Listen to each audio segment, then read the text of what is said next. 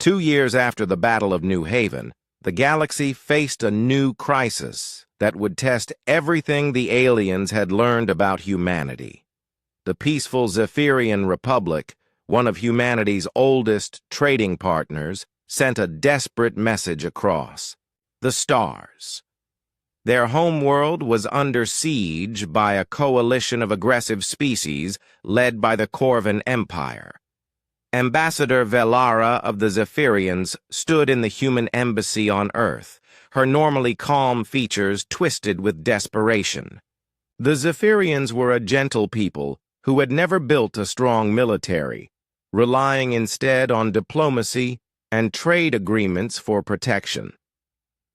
Ambassador Chen, Velara said to the human diplomat, "My people are dying.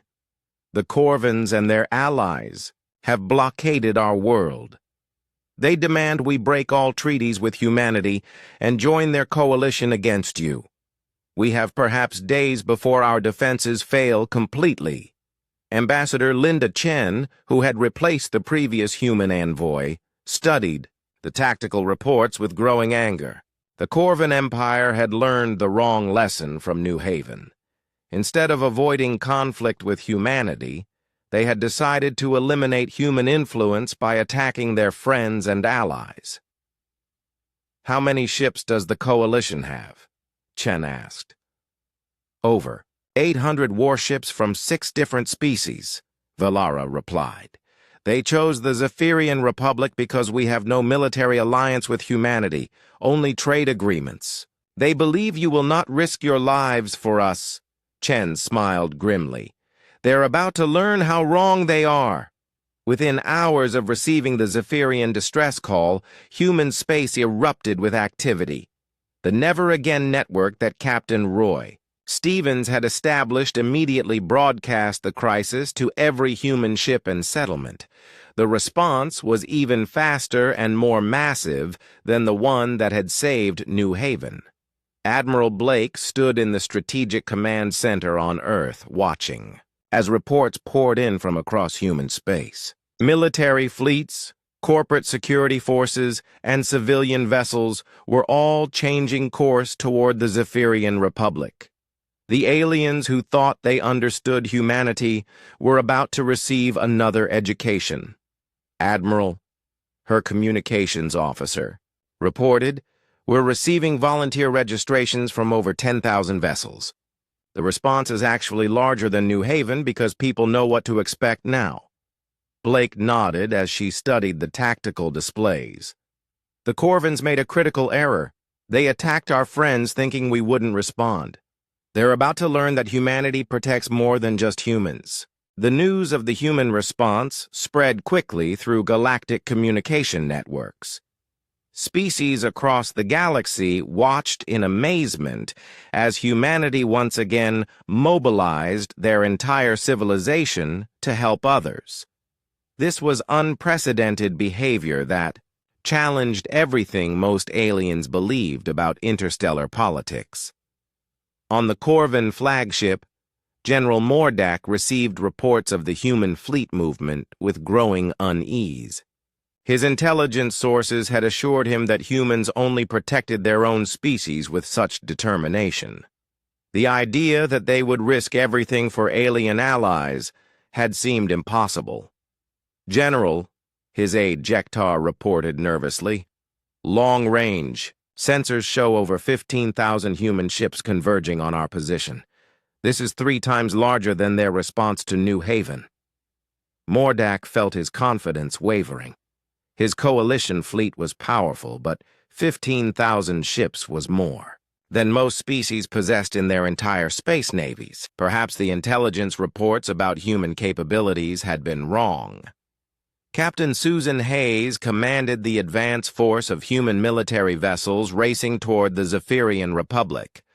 Her heavy cruisers had been upgraded with new weapons and defensive systems developed after studying the New Haven battle. The human military had learned valuable lessons about fighting multiple enemy species at once. "All ships, this is Hayes," she broadcast to her fleet. "Remember, we're not just fighting for the Zephyrians. We're fighting to show the galaxy that humanity stands by its friends. No one threatens our allies without facing the consequences. On Zephyria Prime, the planet's defenses were failing under constant bombardment from the Coalition fleet. Ambassador Velara had returned to her homeworld to coordinate the defense efforts, though she knew their situation was hopeless without outside help. Ambassador, the Zephyrian defense coordinator reported, our shields are down to 30% power. The enemy will begin orbital bombardment within hours. Velara looked up at the sky where she could see the flashes of enemy weapons against their failing defenses. Help is coming.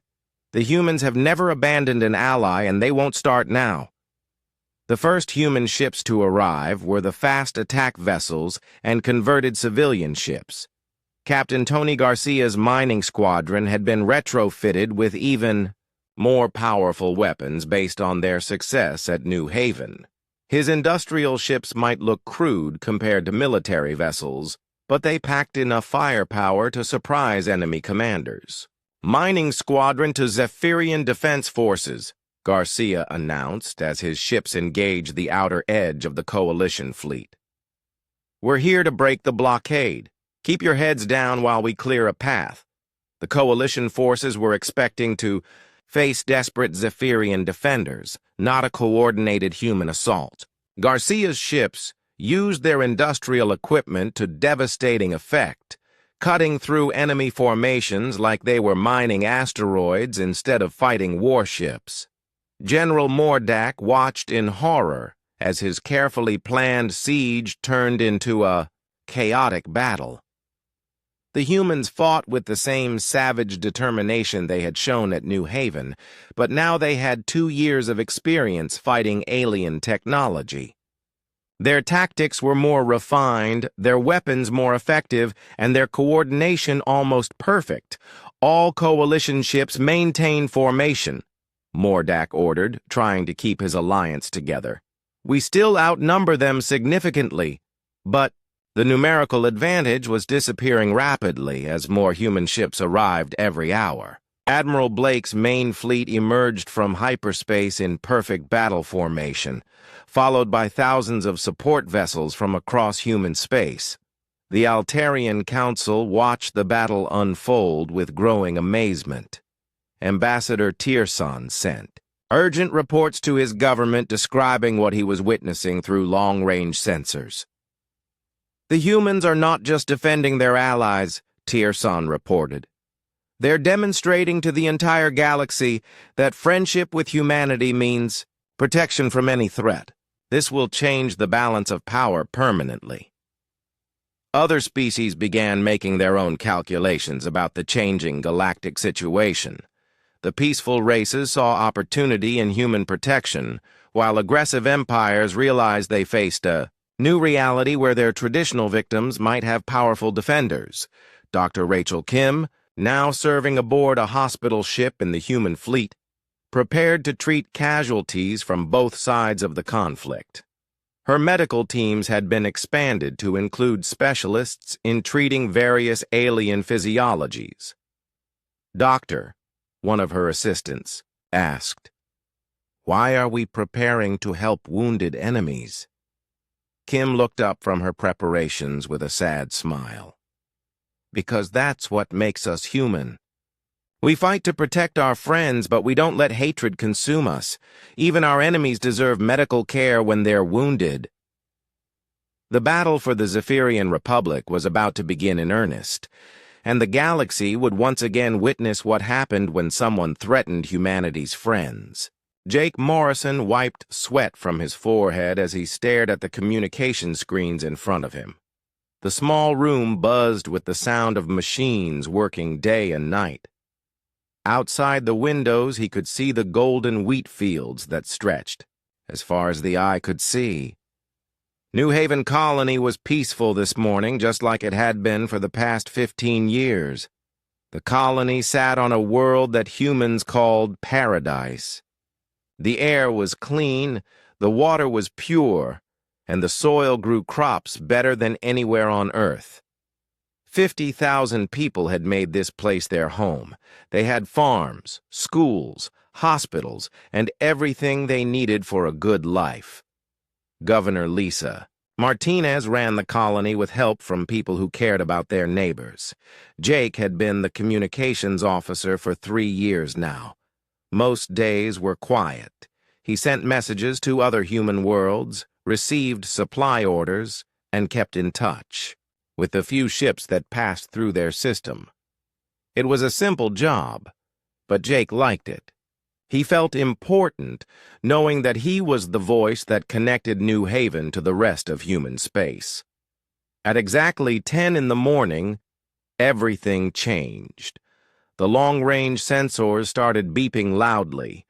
Jake looked at his screens and felt his heart skip a beat.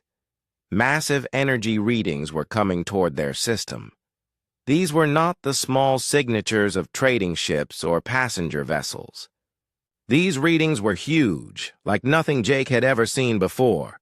He pressed the alert button that would warn Governor Martinez and the Colony Council. Within minutes, his small communication room was crowded with worried faces. Governor Martinez pushed through the group and looked at Jake's screens. "How many ships?" she asked in a steady voice. Jake counted the dots on his screen. "At least 40. Maybe more. They're big, Governor. Really big." Governor Martinez had been a soldier before. She came to New Haven. Jake could see her military training take over as she studied the readings. Her face became hard and her eyes narrowed. "How long until they reach us?" she asked. 6 hours, maybe less, Jake replied. The room went quiet. Everyone knew that New Haven had no military ships. They had a few security officers and some old weapons, but nothing that could fight a real battle. If these ships were hostile, the colony was in serious trouble. 2 hours later, the alien fleet dropped out of hyperspace at the edge of their system. Jake watched his screens as 47 massive warships took positions around New Haven's world. The ships were sleek and dangerous-looking, like metal sharks swimming through space. A communications signal came through on all frequencies. Jake put it on the main speaker so everyone could hear. The voice that came through was cold and harsh, speaking perfect English with an accent that made Jake's skin crawl. "Humans of New Haven Colony, this is Admiral Zethkar of the Veltar Hegemony. Your world now belongs to us. You will surrender immediately and prepare for processing. Those who cooperate will be sent to work camps. Those who resist will be eliminated. You have 1 hour to decide." The signal cut off, leaving the room in shocked silence. Governor Martinez was the first to speak. "Ben, get every security officer armed and ready. Dr. Kim, prepare the hospital for wounded. Carlos, can you get the fusion plant ready for emergency shutdown?" Ben Cooper, the security chief, nodded grimly. "We've got maybe 30 officers and 100 civilian volunteers. It won't be much against an alien army." "It'll have to be enough," Martinez replied. "Jake, send a message to every human ship and colony you can reach. Tell them we're under attack and need help." Jake's fingers moved quickly over his controls. He opened channels to every frequency he knew. His message was simple but desperate. "This is New Haven Colony to any human vessels. We are under attack by hostile alien forces, requesting immediate assistance. Our coordinates are as follows."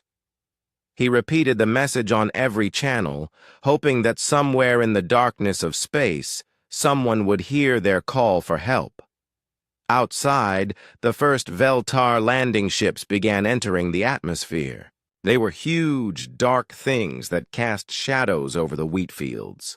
Jake could see them through his window as they landed in the distance, discharging thousands of alien soldiers. The Veltar were reptilian creatures, standing 7 feet tall with scales that gleamed like armor. They carried weapons that hummed with deadly energy. As they spread out from their landing zones, Jake could see them setting up positions around the colony. Governor Martinez grabbed a rifle and checked its power cell. Jake, keep sending that message until they destroy the communication array. Maybe someone out there will hear us. She looked around the room at the worried faces of her people. These were farmers, teachers, doctors, and engineers. They had come to New Haven to build a peaceful life, not to fight a war.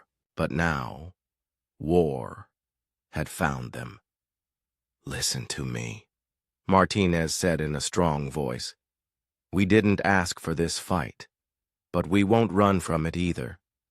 These aliens think we're weak because we're colonists. They think we'll just give up and let them take everything we've built. They're wrong." Ben Cooper moved toward the door. "I'll get our defenses ready. The aliens will probably attack the main settlement first." "Good," Martinez replied. "Make them pay for every inch." As the others left to prepare for battle, Jake stayed at his communication station. He kept sending his desperate message into space, over and over again. Through his window, he could see the alien forces moving closer to the colony. Their weapons glowed in the afternoon sun, and their ships cast dark shadows over the peaceful farms. The first explosions came just as the sun began to set. The Veltar had started their attack on the outer defenses. Jake could hear the sound of energy weapons and human rifles mixing together in a deadly song. The communication array shook with each nearby explosion. Jake kept transmitting his message, even as the building around him trembled. He didn't know if anyone would hear his call for help. He didn't know if help would come in time even if someone did hear. But he kept trying, because that was all he could do. Outside, the battle for New Haven had begun. The colonists fought with everything they had, but everyone knew the truth. Unless help came soon, their peaceful world would fall to the alien invaders.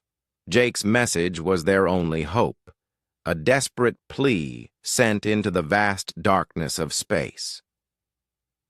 The communication array sparked and went dark just as Jake sent his message one final time. Captain Roy Stevens was drinking coffee in the pilot's chair of his cargo ship when Jake Morrison's desperate message came through the communication system. The words made him sit up straight and spill hot coffee on his uniform. He had been hauling mining equipment between star systems for 12 years, and he had never heard anything like this. "This is New Haven Colony to any human vessels. We are under attack by hostile alien forces. Requesting immediate assistance." Roy knew New Haven Colony. He had delivered supplies there twice in the past 5 years. It was a peaceful farming world with good people who always treated visitors with kindness. The thought of aliens attacking those innocent families made his blood boil. Without thinking twice, Roy forwarded Jake's message to every ship and station he could reach. Then he changed course toward New Haven, even though his old cargo ship had no weapons and no chance against alien warships. The message spread through human space like wildfire. On mining stations, asteroid bases, and distant colonies, people heard Jake's call for help. Trading ships received the transmission and passed it along to military outposts. Corporate offices got the message and sent it to their security fleets. On Earth, Admiral Helen Blake was reviewing supply reports when the urgent message appeared on her screen. She read it 3 times before the full meaning sank in. New Haven Colony was under attack by hostile aliens, and they were asking for help from anyone who could hear them. Blake pulled up star charts and calculated distances. The nearest human, Military fleet was 3 weeks away from New Haven. By the time they arrived, the colony would be destroyed or captured. The aliens had chosen their target well, hitting an isolated world far from any military protection. But something strange began to happen. Admiral Blake's communication screens lit up with reports from across human space. Ships were changing course toward New Haven. Not just military vessels, but every kind of ship imaginable. Captain Amy Chen commanded a destroyer that was patrolling near the outer colonies. When she heard Jake's message, she immediately set course for New Haven. Her ship was fast and well armed, but she would be facing an entire alien fleet alone. Her crew knew the odds, but nobody questioned the order. Pete Sullivan was a mining captain hauling ore between asteroid fields when the message reached his ship.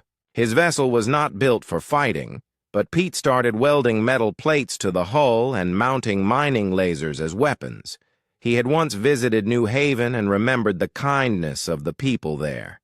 If they needed help, he would give it. From every corner of human space, ships began moving toward the Kepler 442 system.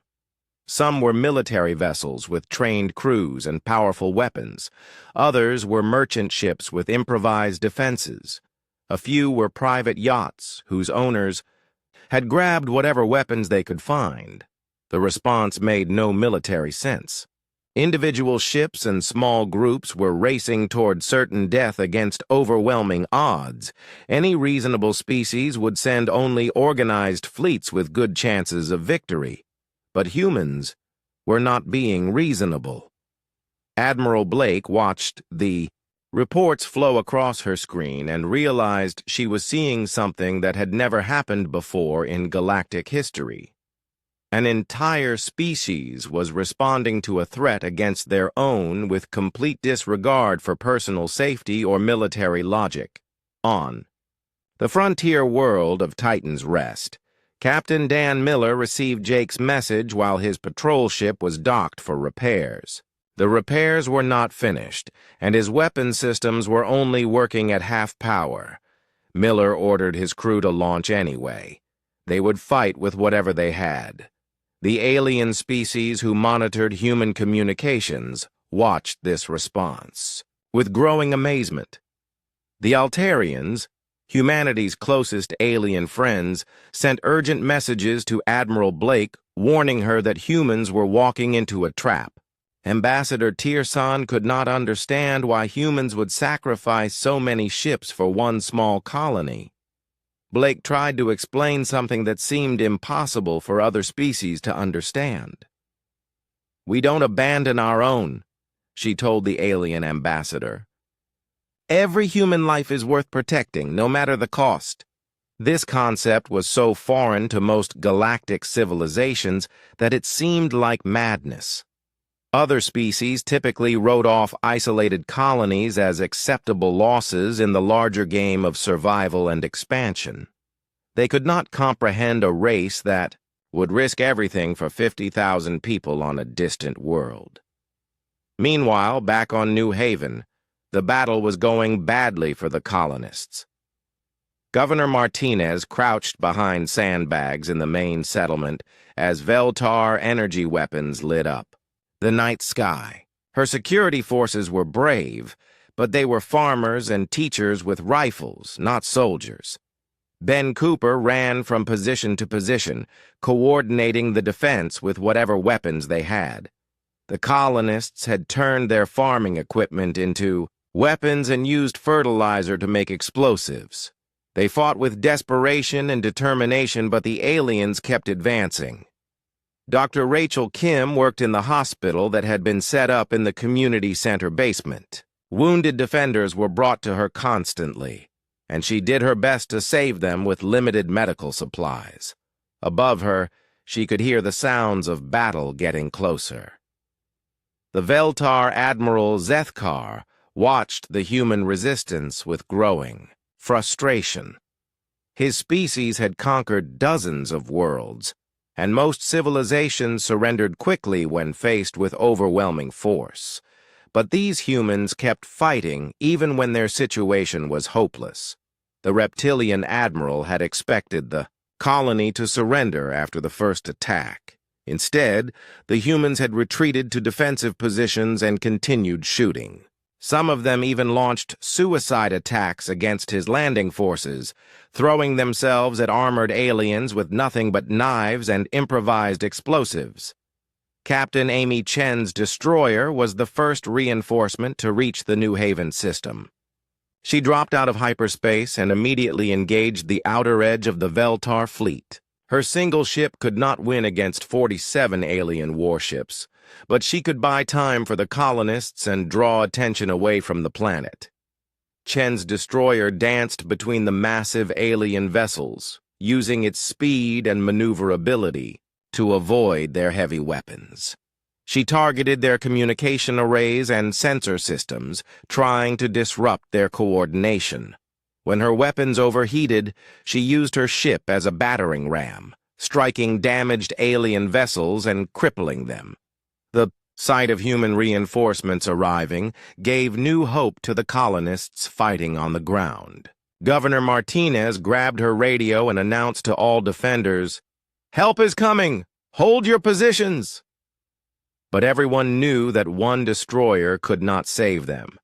They needed more ships, more weapons, and more time. Jake Morrison's desperate message had been heard across human space, but would help arrive before New Haven fell to the alien invaders? The answer was racing toward them through the darkness of space as hundreds of human ships converged on the Kepler 442 system from every direction. The news of the human fleet movement reached the Altarian Council within hours of Jake Morrison's first distress call. Ambassador Tierson stood before the council chamber, his blue skin pale with worry as he watched the tactical displays showing hundreds of human ships converging on the Kepler 442 system. "This is madness," declared Council Leader Velthara, her four arms gesturing at the screen. "The humans are sending their entire space fleet to certain destruction. One colony is not worth this sacrifice." Tierson had worked with humans for 10 years, but even he struggled to understand their response. In Altarian culture, losing a remote colony was sad but acceptable if it meant preserving the greater civilization. The humans seemed willing to risk everything for 50,000, people they had never met. "I must contact Admiral Blake," Tierson said. "Perhaps I can make them see reason before they destroy themselves." Meanwhile, more human ships continued to arrive at New Haven. Captain Dan Miller's patrol ship dropped out of hyperspace with sparks flying from its damaged engines. His weapons were barely working, but he immediately joined Captain Amy Chen's desperate fight against the Veltar fleet. The two human ships worked together, using hit-and-run tactics against the much larger alien force. Miller's ship drew enemy fire while Chen's destroyer struck at vulnerable targets. They could not win, but they were buying precious time for the colonists below.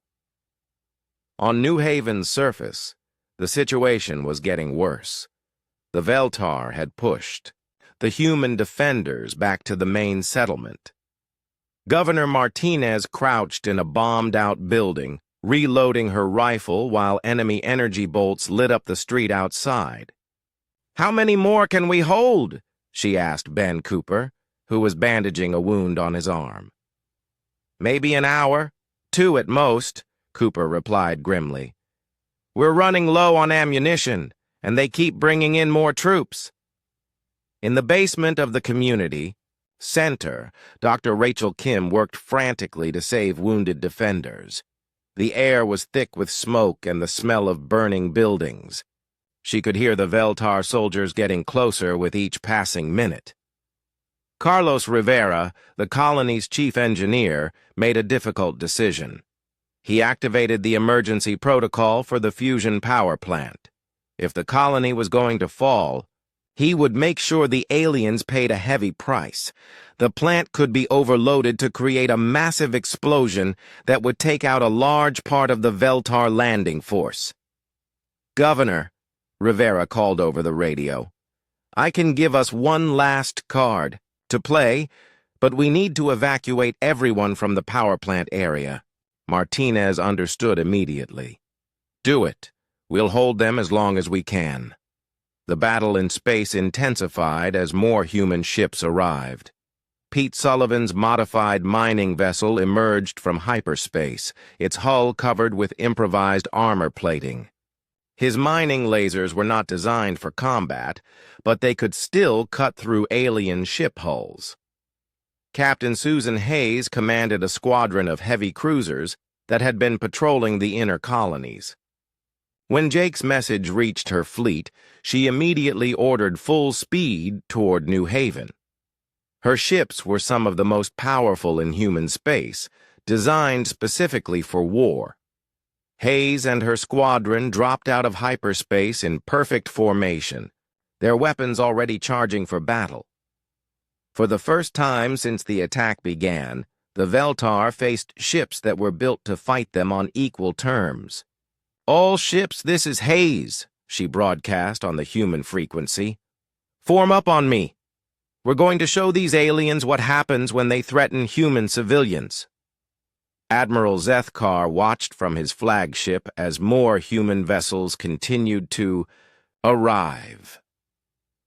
His tactical computers counted over 100 ships now, with more appearing every hour. This was not how conquests were supposed to work. Most species sent negotiators or retreated when faced with superior force. "Admiral," his second-in-command reported, "the humans are not following standard warfare protocols. They attack with damaged ships, use civilian vessels as weapons, and show no regard for acceptable casualty rates." Zethkar studied the tactical display with growing unease. His fleet was still larger and more powerful, but the humans fought with a savagery that disturbed him. They used their ships as battering rams when weapons failed, and they coordinated attacks that bordered on suicidal. The turning point came when Captain Hayes led her cruiser squadron in a direct assault on the Veltar flagship. Her ships formed, a tight formation, and punched through the alien defensive line, their heavy weapons blazing. The flagship's shields buckled under the concentrated fire. On the planet's surface, the colonists heard the sounds of space battle overhead and felt new hope. Governor Martinez grabbed her radio and broadcast to all defenders. "Our people are here. Hold the line." The Veltar ground assault faltered as their commander received urgent calls for assistance from the fleet. The aliens had expected an easy conquest of a defenseless colony. Instead, they were fighting for their lives against an enemy that seemed to multiply with each passing hour. Carlos Rivera completed his work at the power plant and rejoined the defenders in the main settlement. The fusion reactor was now set to overload in exactly 30 minutes. If the Veltar tried to capture the facility, they would get a very unpleasant surprise. Dr. Kim looked up from treating a wounded farmer-turned-soldier and saw something that made her heart soar. Through the smoke and destruction, she could see Veltar troops pulling back from their forward positions. The alien assault was losing momentum. Ambassador Tiersan finally reached Admiral Blake through quantum communication. "Admiral, you must recall your ships immediately. The Veltar have superior numbers and technology. This attack will destroy your entire space fleet." Blake's response was calm but firm. "Ambassador, I appreciate your concern, but you don't understand. Those 50,000 people on New Haven are our people. We don't abandon our own, no matter the cost." "But the strategic implications," Tiersan protested. "If you lose your fleet, humanity will be defenseless against future attacks." "If we abandon New Haven," Blake replied, "we won't be humanity anymore. We'll just be another species that sacrifices the few for the many. That's not who we are." The communication ended, leaving Tirsan staring at a blank screen. Around him, the Altarian Council watched in amazement as more human ships continued to pour into the battle zone. They were witnessing something that had never been seen in galactic history, an entire species willing to risk everything for the principle that no one gets left behind. In space above New Haven, the tide of battle was beginning to turn. The human fleet now numbered over 200 ships, and more were arriving every hour. The Veltar found themselves fighting an enemy that grew stronger with each passing moment, fueled by a determination they could not understand. Admiral Helen Blake's flagship emerged from hyperspace at the edge of the New Haven system, followed by the most powerful fleet humanity had ever assembled. But what amazed even Blake was not just her military ships. Behind her came over 2,000 vessels of every type and description that existed in human space. Corporate security fleets flew alongside converted cargo haulers. Luxury yachts bristling with hastily mounted weapons moved in formation with massive industrial ships. Even old passenger liners had been turned into makeshift warships, their civilian crews replaced by volunteers who had never fired a shot in anger. Blake stood on her bridge and watched the tactical display with wonder. In 40 years of military service, she had never seen anything like this. Pirates flew next to police ships. Mining captains commanded vessels loaded with improvised explosives. Wealthy business owners had stripped their private yachts of comfort features to make room for weapons. "Admiral," her communications officer reported, "we're receiving over 3,000 individual ship registrations. The fleet stretches across half the system." Admiral Zethkar stared at his own tactical display with growing horror. His 400 ships had seemed like an overwhelming force when they attacked the defenseless colony. Now they were outnumbered 5-1 by an enemy that had appeared from nowhere. "This is impossible," Zethkar muttered to his second-in-command. "No species commits their entire space fleet to save one small colony. It violates every principle of strategic warfare." "Admiral," his tactical officer reported with fear in his voice, "long-range scans show more human ships still approaching. At current rates, they will outnumber us 10-1 within 6 hours." The Veltar had built their empire by conquering species that followed logical military doctrine. They attacked targets that could not be defended, avoided fights they could not win, and accepted losses when the cost became too high. The humans seemed to follow none of these rules. Captain Tony Garcia commanded a squadron of mining ships that had been converted for battle. His vessels were slow and clumsy, but they carried enough firepower to damage even Veltar warships. Garcia had worked the asteroid mines for 15 years, and he knew how to use industrial equipment as weapons. "All mining ships, this is Garcia," he broadcast to his improvised squadron.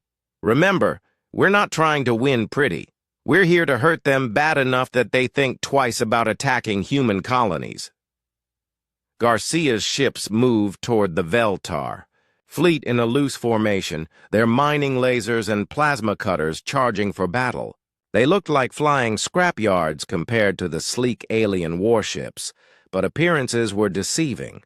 On New Haven's surface, Major Lisa Parker led the first wave of dropships toward the besieged colony. Her Marines were some of the best trained, soldiers in human space, but they were joined by volunteers from across the fleet. Cargo ship crews, yacht owners, and even corporate executives had grabbed weapons and demanded to join the ground assault. The dropships descended through a sky lit up by space battle, their hulls glowing from atmospheric entry. Parker could see the Veltar positions around the colony and the desperate defensive lines where the colonists were making their last stand.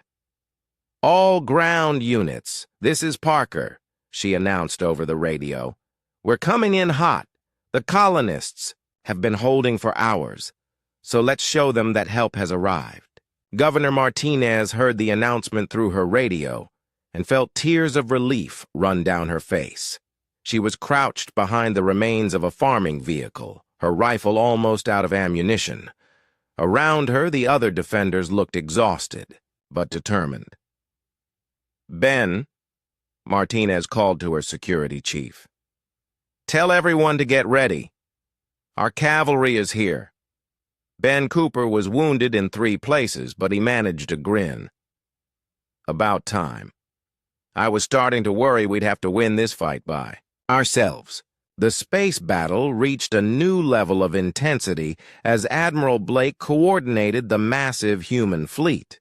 The sheer number of ships created tactical challenges that no military academy had ever considered. How do you command 5,000 individual vessels with different capabilities and weapon systems? Blake solved the problem by dividing the fleet into groups based on ship types. The military vessels formed the main battle line, engaging the Veltar fleet directly. Mining ships and cargo haulers formed hunter-killer groups, using their industrial equipment to cripple alien vessels. Even the civilian yachts found a role, serving as fast scouts and communication relays. Captain Amy Chen's destroyer had been fighting for hours, and her ship was badly damaged. Her weapons were overheating, her shields were failing, and her crew was exhausted. But when she saw the massive human fleet arriving, she felt a surge of new energy. "All stations, this is Chen," she announced to her crew. "The cavalry has arrived, but we're not done yet. We started this fight, and we're going to help finish it." Chen's destroyer turned toward the nearest Veltar warship and accelerated to ramming speed. Her crew had jury-rigged the ship's remaining weapons into an overloaded configuration that would destroy both vessels. It was a suicide run, but it would take out one of the enemy's most powerful ships. Admiral Zethkar watched in horror as the small human destroyer crashed into his heavy cruiser. Both ships exploded in a brilliant flash that lit up the entire battle zone. The humans were using their own vessels as weapons, something no civilized species would consider. "Admiral," his communications officer reported with panic in his voice, "the humans are not responding to our surrender signals. They're continuing to attack even after we've tried to negotiate." Zethkar realized with growing dread that he had made a terrible mistake. The humans were not following any warfare rules that the Veltar understood. They fought with a determination that bordered on madness, treating every battle as a fight to the death. The tide of battle turned completely when Tony Garcia's mining ships reached the Veltar formation. The industrial vessels might have been slow, but their cutting equipment could slice through alien armor like paper. Garcia's squadron carved through the enemy fleet, using techniques learned from years of asteroid mining. "Remember," Garcia called to his pilots, "aim for their engine sections. These mining lasers can cut through anything if you hold them steady." The Veltar fleet began to break apart under the human assault.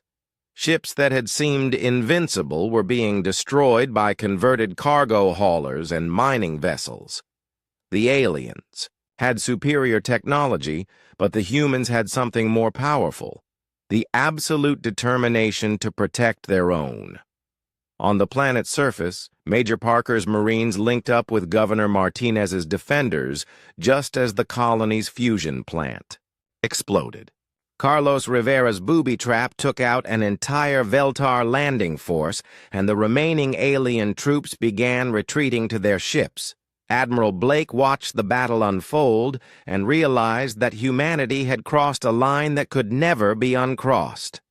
They had shown the galaxy what happened when someone threatened human civilians. The response would echo through space for generations to come. The last Veltar warship tried to escape the New Haven system, its engines damaged and its hull breached in dozens of places. Admiral Zethkar sat in his command chair, watching his proud fleet being destroyed by an enemy he had completely underestimated. Of his original 47 ships, only 12 remained operational, and those were fleeing as fast as their damaged engines could carry them. "Admiral," his communications officer said with fear in his voice, "the humans are pursuing our retreating vessels. They're not letting anyone escape." Zethkar looked at his tactical display and saw the truth. The massive human fleet was hunting down every surviving Veltar ship. This was not the behavior of a civilized species. Most races would accept surrender and allow defeated enemies to withdraw. But the humans seemed determined to destroy every single alien vessel. "Send a message to the human fleet," Zethkar ordered. "Tell them we surrender and request safe passage out of the system."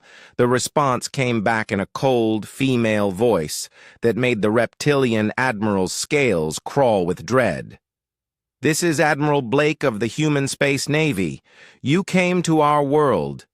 You threatened our people. You will not leave to threaten others. There will be no quarter given." Admiral Blake stood on her bridge, watching as human ships closed in on the fleeing Veltar vessels. She felt no satisfaction in the victory, only a cold determination to ensure that these aliens would never again attack human civilians. Though, message had to be clear. Humanity would protect its own at any cost. Captain Roy Stevens, the merchant who had first forwarded Jake Morrison's distress call, commanded one of the pursuit groups. His cargo ship was not fast, but it was persistent. He had seen the devastation on New Haven's surface during the relief operations, and he wanted to make sure the aliens responsible paid the full price. "This is Stevens to all pursuit ships," he broadcast. "Remember, we're not just fighting for New Haven. We're fighting to make sure this never happens again to any human colony." On New Haven's surface, the sounds of space battle were fading as the last Veltar ships were destroyed or driven away. Governor Martinez stood in the ruins of her colony's main street, looking at the devastation around her. Buildings were destroyed, farmland was burned, and too many good people had died defending their home. But they had won. Against impossible odds, with only rifles and determination, the colonists had held out long enough for help to arrive. Martinez felt pride mixed with sorrow as she surveyed her damaged but undefeated community. Jake Morrison emerged from the ruins of the communications center, his equipment destroyed but his spirit unbroken. The young man who had sent the desperate SOS message looked around at the massive relief effort beginning around him. Thousands of human ships were landing, bringing medical supplies, food, construction equipment, and volunteers to help rebuild. "Governor," Jake said as he approached Martinez, "I'm getting reports from across the galaxy. Every species with communication. Equipment heard about our battle. They're calling it the day the Deathworlders showed their true nature." Dr. Rachel Kim worked frantically in the field hospital that had been set up in the colony's central square. Medical teams from dozens of human worlds had responded to the crisis, bringing advanced equipment and trained doctors. The wounded colonists, who had fought so bravely, were finally getting the care they deserved. "Doctor," one of the visiting medics said to Kim, "we've never seen anything like this response. Ships came from every corner of human space just to help one small colony." Kim looked up from the patient she was treating and smiled tiredly. "That's what makes us human. We don't abandon each other no matter what the cost." The political implications of the Battle of New Haven spread across the galaxy like ripples in a pond. Ambassador Tirsan of the Altarian Council sent urgent messages to every member species, warning them that humanity had revealed something unprecedented, a civilization that would risk everything to protect any of its members. Other alien races began re-evaluating their relationships with humans. Some, like the peaceful Centaurians, immediately requested defensive alliance treaties. They realized that friendship with the Deathworlders offered protection that no other species could provide, but not all reactions were friendly. The Corvan. Empire, humanity's longtime rivals, saw the massive fleet response as a threat to galactic stability. If humans would risk their entire space navy for 50,000 colonists, what would they do if Earth itself was threatened? Captain Susan Hayes, whose heavy cruisers had helped turn the tide of battle, found herself coordinating the relief effort. Her warships had been designed to fight, but now they were helping to rebuild. Her Marines worked alongside colonists to clear debris and construct temporary shelters. "Captain," one of her officers reported, "we're receiving communication requests from over 100 different species. Everyone wants to know about our response to the attack." Hayes considered this for a moment. "Tell them the truth. We heard our people calling for help and we came. That's what humans do."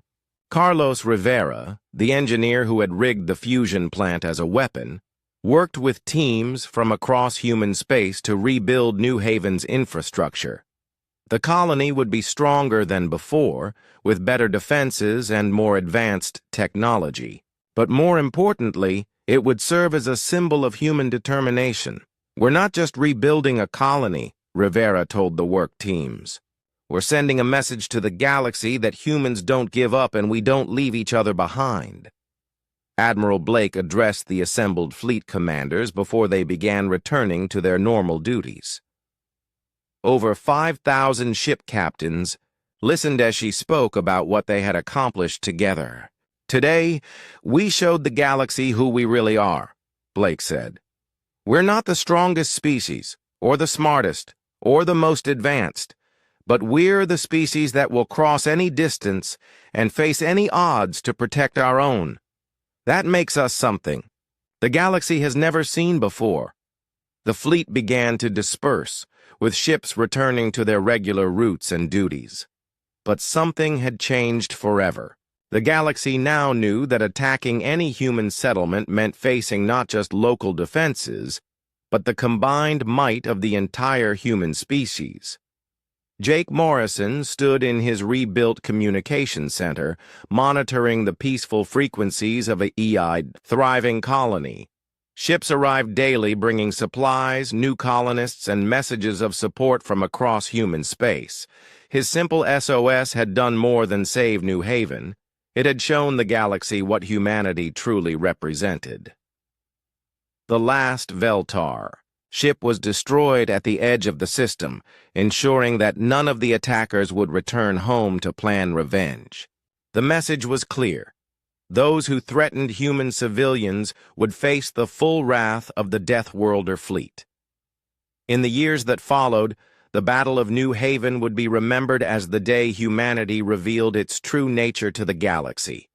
They were a species that valued every individual life over strategic considerations, territorial gains, or even survival itself, and that made them the most dangerous protectors the universe had ever seen.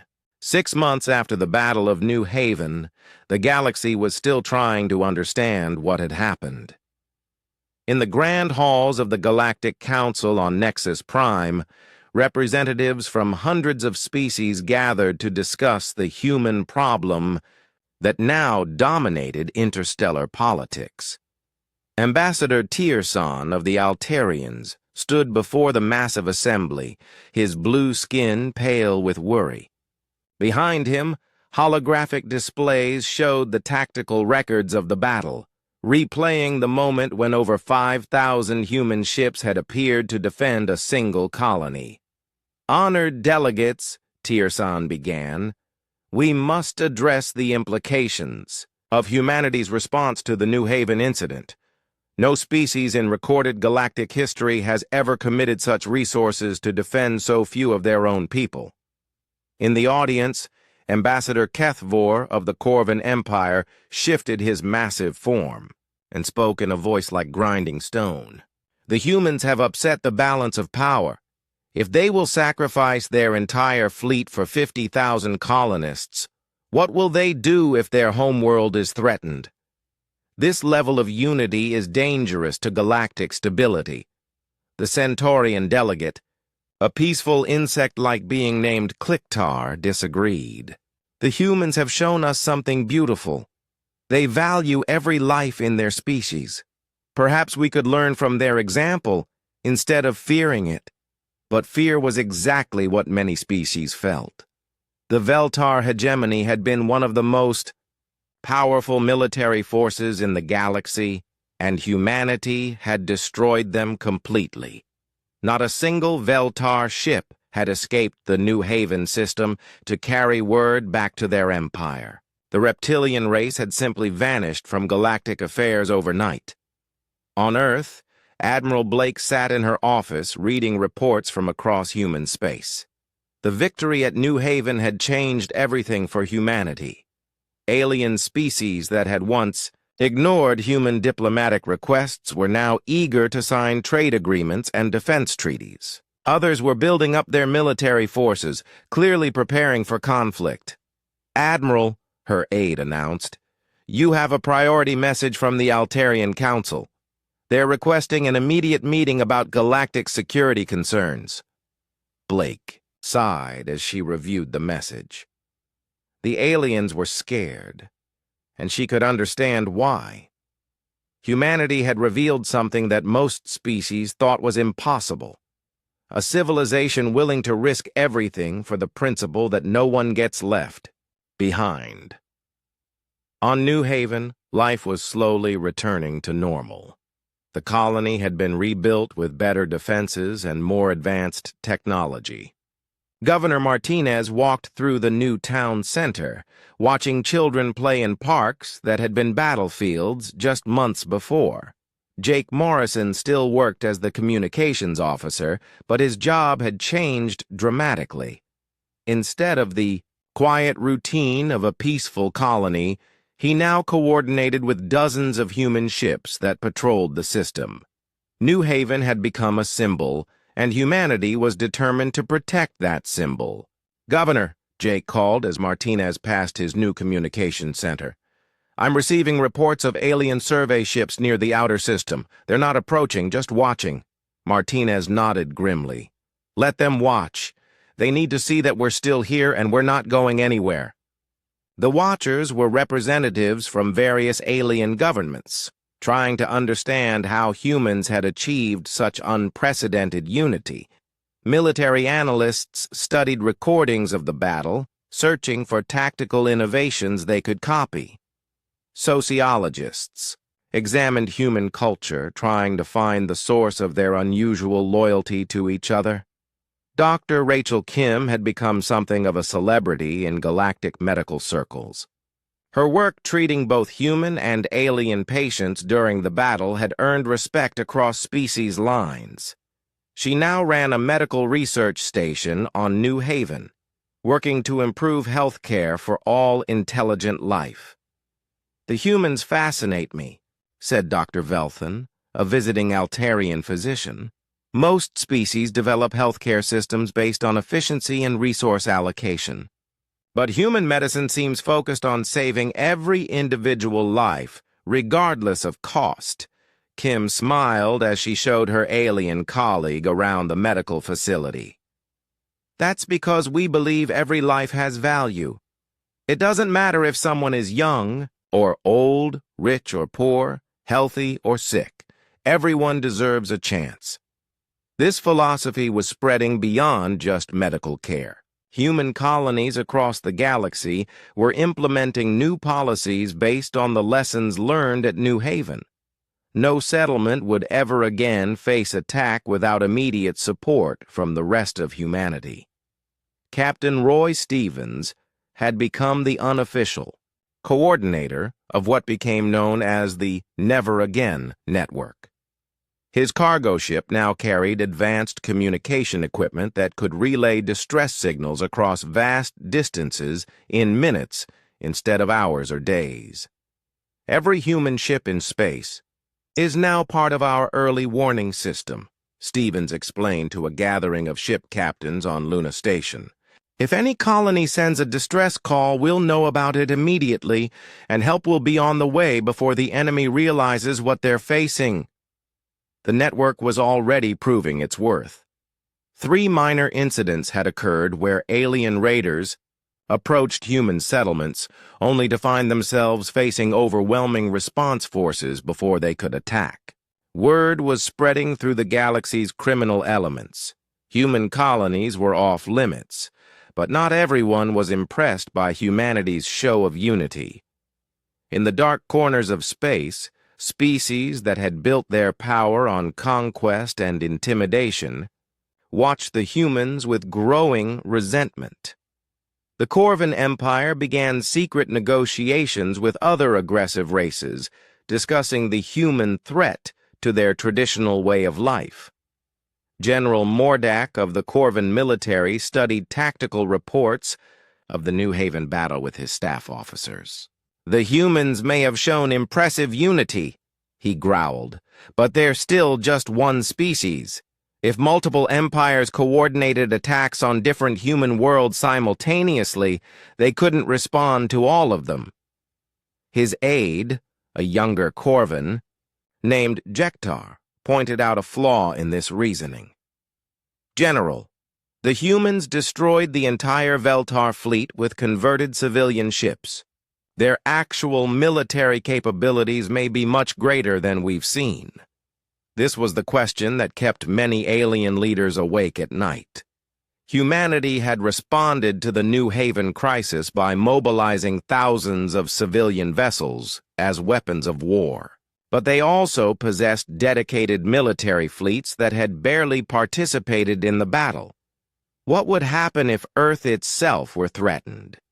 Ambassador Tirsan had tried to find answers to this question through diplomatic channels, but human officials were politely evasive. "We hope such situations never arise," Admiral Blake had told him. "But if they do, the galaxy will learn that New Haven was just the beginning." The Altarian ambassador reported this conversation to his government with growing concern. "The humans speak of New Haven as a small response, not their full capability. I fear we may have witnessed only a fraction of their true potential. Meanwhile, human space continued to expand and develop. New colonies were established with proper defenses from the beginning. Trade with friendly alien species flourished, as others sought the protection that came with human friendship. The galaxy was adapting to a new reality where one species had proven that unity and determination could overcome any odds. Jake Morrison's simple SOS had done more than save a single colony. It had revealed to the galaxy that humanity possessed something most species had lost long ago: the absolute commitment to protect every member of their civilization, no matter the cost.